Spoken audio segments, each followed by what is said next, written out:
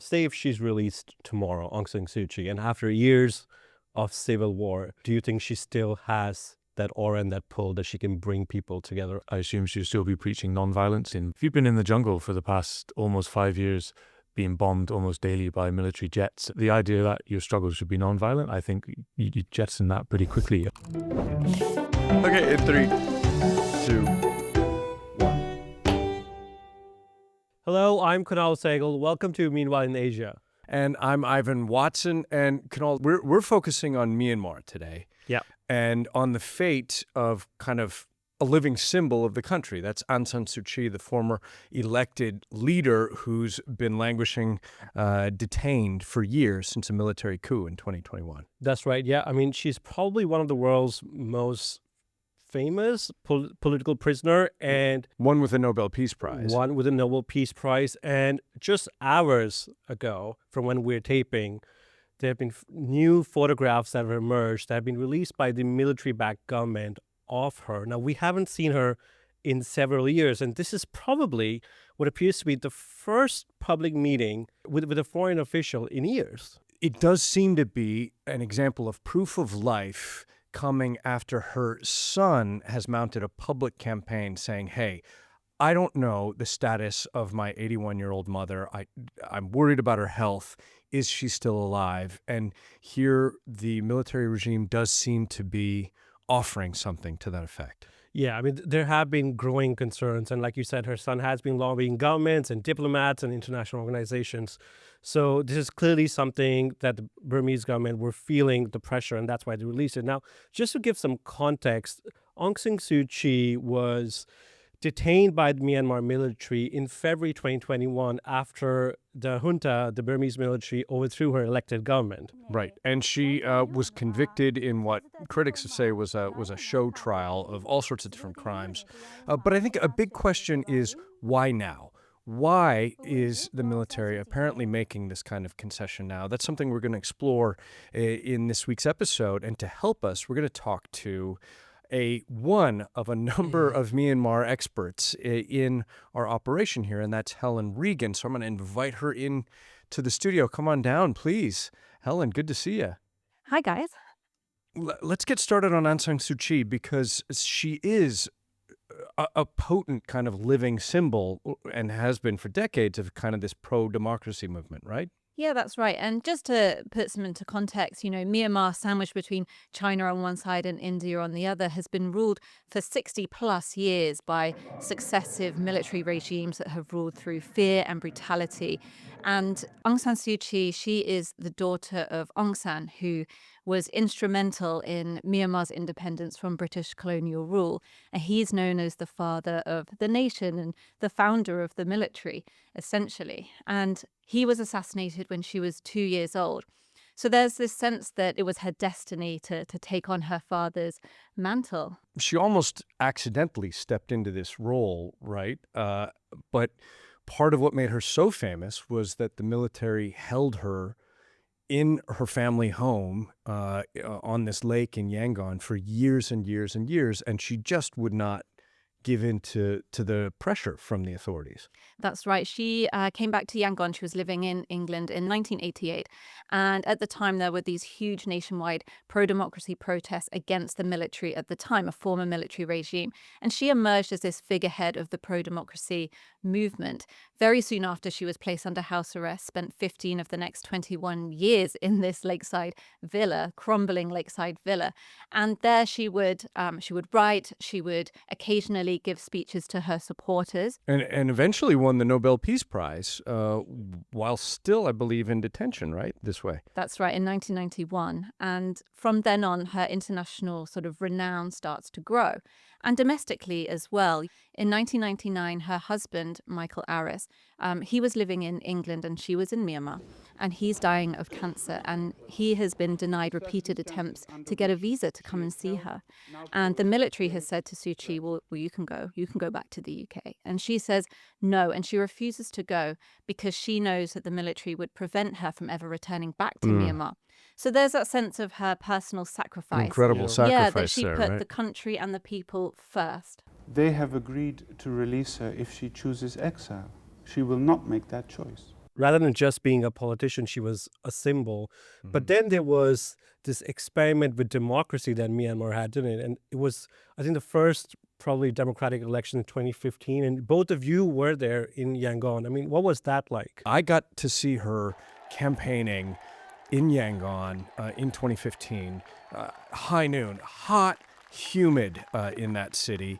The crowds of just almost fanatical supporters just overjoyed to see her. She was kind of immaculate, and she might have been in her 70s at that point and untouched, it appeared, by the climate, speaking to the crowd. And then in short order, her party won big time over the military-backed political party. And it was an historic moment, I think, for the country. But the West, before that, had really made her this international icon. Shepard Fairey, who did that iconic Hope poster of Barack Obama during the presidential campaign, he did one of Aung San Suu Kyi with the words "freedom to lead" underneath. U2, Irish rock band U2, I dedicated a song to her as well. And her face is emblazoned on posters, on T-shirts, on bumper stickers. She was placed on this pedestal, and that's a really dangerous place to be. Well, yeah, because after that election, her reputation gets tarnished because it is in 2017 that the military staged this crackdown on the Muslim Rohingya minority in Rakhine State in the southwest of the country that you witnessed firsthand the aftermath of, right? Across the border in Bangladesh. It is something I would never forget. It is a story I will never forget covering. I remember standing in this open field, and there were just endless amounts of people that were coming my way. Families, young people, the elderly, carrying anything and everything they could, and just absolutely traumatized. We got a report that there's a boat coming in packed full of Rohingya in Cox's Bazar, which is a district in Bangladesh that borders Myanmar. So we went to the beach, and then we're seeing this crescent-shaped wooden boat just coming into shore, and people just rushed out of it as soon as it reached there. They collapsed on the sand. There were people crying. There were women who were holding their children. There were also children with gunshot wounds. And it was just, they were dazed. They didn't know where they are. They were just happy that they survived. Some couldn't even bury their loved ones that had died. And from there, days on, you just heard these awful stories of villages being burned, women being raped and tortured. I mean, it was horrible. And the problem here is that just a couple of weeks later, after more than 400,000 civilians had fled across the border to Bangladesh from this Rohingya minority, Aung San Suu Kyi, this kind of icon of democracy and freedom, was effectively defending the government and claiming not to really know what was going on, and not even dignifying that community by saying the name of the group. She refused to say the word Rohingya. She talked about Muslims, and she expressed concern for what was happening to them.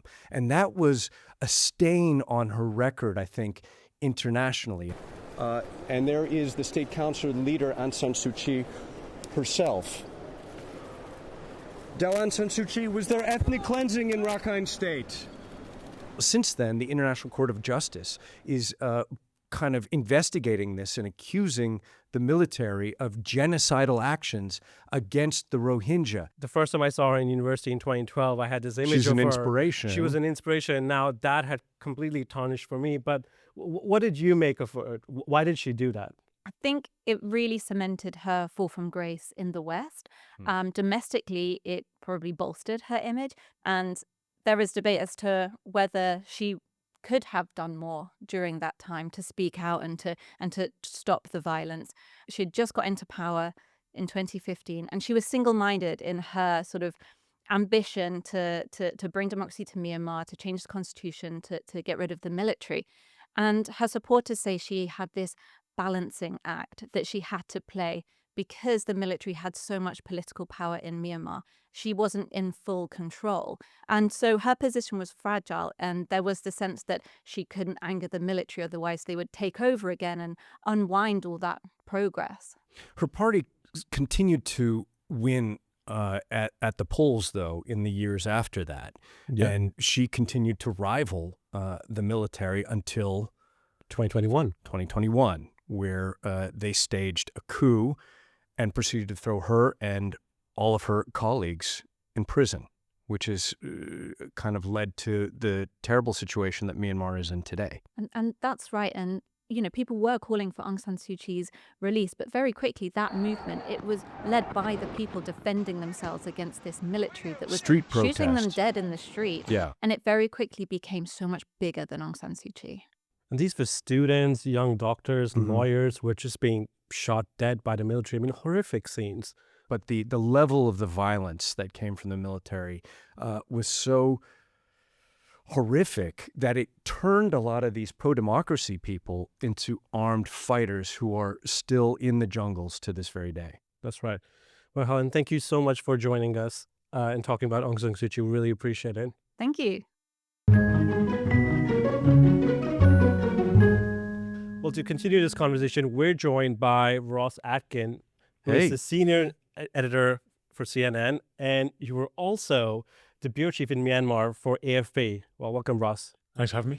Yeah, during the Civil War, so not exactly an easy time. And Ross, literally as we're taping this, we're kind of getting updates to these developments Yeah. right now.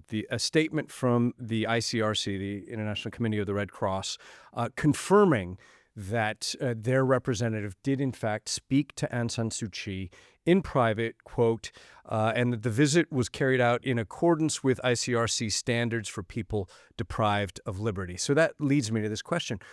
Why now? Why, after so many years in Yeah. Communicado, is the Tatmadaw, the military regime, kind of exposing their political prisoner to the outside world? Yep, it's a great question. Why now? This comes off the back of demands, as we said, with her son Kim Harris. Has been making noises in the media recently. I mean, the US, the UK, sort of most Western countries have been pretty consistent in asking for meetings like this.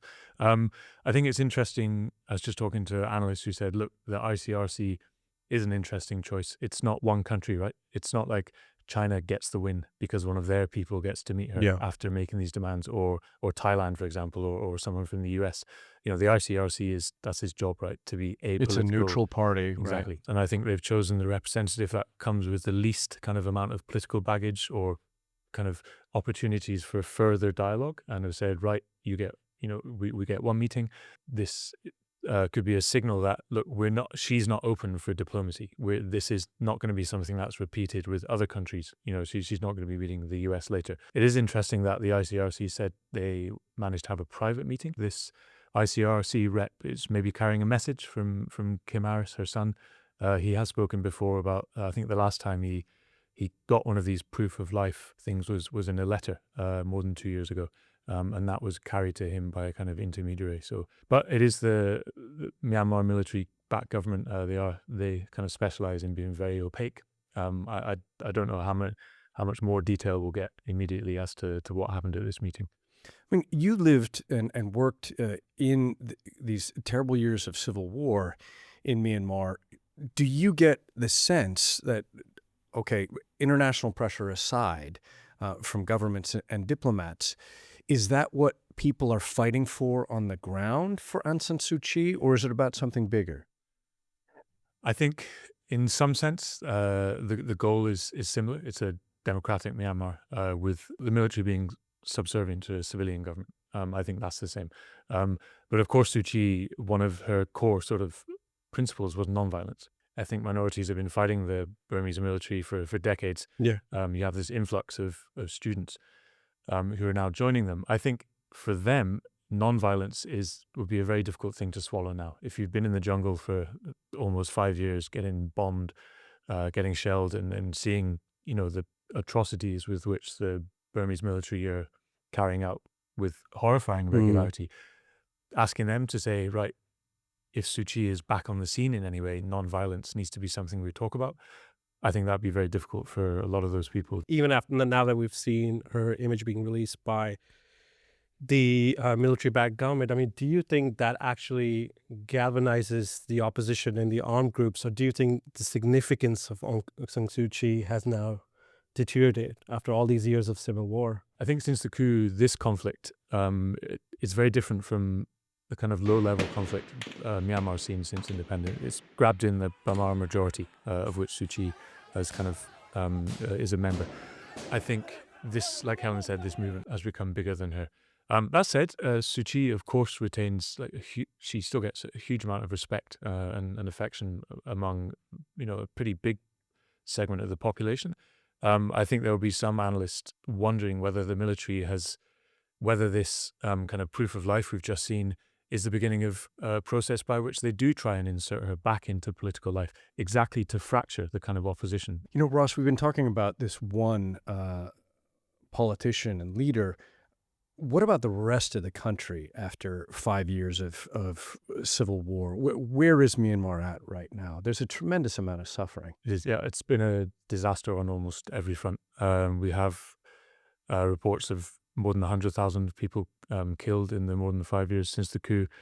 We've got millions displaced, many people more than once. Hundreds of thousands of younger people fleeing to neighboring countries like Thailand to avoid a conscription law the military-backed government brought in a couple of years ago. The economy must be in shambles. The legal economy is in a shambles, but because there's been so much, because life has been so fractured and that's opportunities for illicit stuff, right? We've seen, scam centers in Myanmar, borders, right? Myanmar, and is, I think, now also the world's biggest producer of opium after the Taliban crackdown in Afghanistan. That's quite a switch. And of course, I think Myanmar is still the world's major source of meth. So it is because this devastating civil war has just wrecked almost every sector of the economy and of people's chance to make a livelihood. It has created vacuums and spaces, and you also just have, there are just more guns in the country than there were before. You guys were there in Myanmar recently, weren't you, last year during the elections? I mean, what was that like? These elections were held in late December, and we were allowed into Myanmar as journalists, but which is quite rare. Very rare, but the elections were widely criticized because the opposition was banned and illegal and did not participate. So it was essentially groups that were loyal to the military regime that staged the coup in the first place. I think what struck me most was the apparent confidence of the military rulers that they would let us in to Yangon, the largest city, the commercial capital, and to operate pretty freely. We didn't have minders. We didn't have people kind of telling us where to go, and saw almost no sign of military checkpoints or security forces out on the streets while they conducted this kind of, somewhat flawed election. Yeah. And I remember you asking a lawmaker who was standing for one of the constituencies in Yangon, who's a member of one of the military. A pro-military. And he'd been trounced, I think, twice before by Suu Kyi's party. And you asked him, what do you think your chances are this time? And he was pretty optimistic. He's fairly confident. Well, of course he was. I think he won this time around. So to bring it back to Aung San Suu Kyi a bit, this sighting of her today, that will, I think, raise the question of, all right, does the military want to use this and try and push her back into politics, where she still does retain a lot of support, whether the NLD, whether they can kind of rescind that ban on her National League for Democracy. It's perfectly within their means to do it if they want. So I think, a lot of people will be looking to see what happens over the next days or possibly weeks. Perhaps coming in from the cold, but I would also imagine that the military would still be very wary of allowing their kind of chief political rival too much room to operate and maneuver, because she presumably still has some serious political capital inside the country. She still has a tremendous amount of goodwill among big segments of the population. Even though she's been almost incommunicado during the last 5 years when her country has gone through this this nightmare. Well, I think it'll be really interesting to see how this unfolds now over the next days and weeks and probably years. Thank you so much, Ross, for joining us. This is super insightful. Thanks, Ross. Thank you. Kunal, part of this discussion, it just brings back memories of the tragedy of the coup and what it unleashed. Because prior to 2021, Myanmar, even with the horrors that were inflicted on the Rohingya, felt like this incredible period of hope and this opening up to the outside world. And the young generation there of this country of more than 50 million people, many were getting to enjoy that. There was so much hope, and it's quite sad and tragic to see where Myanmar is now after tens of thousands of people have died in this civil war. But after today's news and photographs that have been released of Aung San Suu Kyi, I think it's even more important that we continue monitoring what's happening in Myanmar and see where this goes. For sure. For sure. Well, thank you for tuning into our episode, and please continue watching and following us. We really appreciate it. We'll see you next week. Thank you. Bye-bye.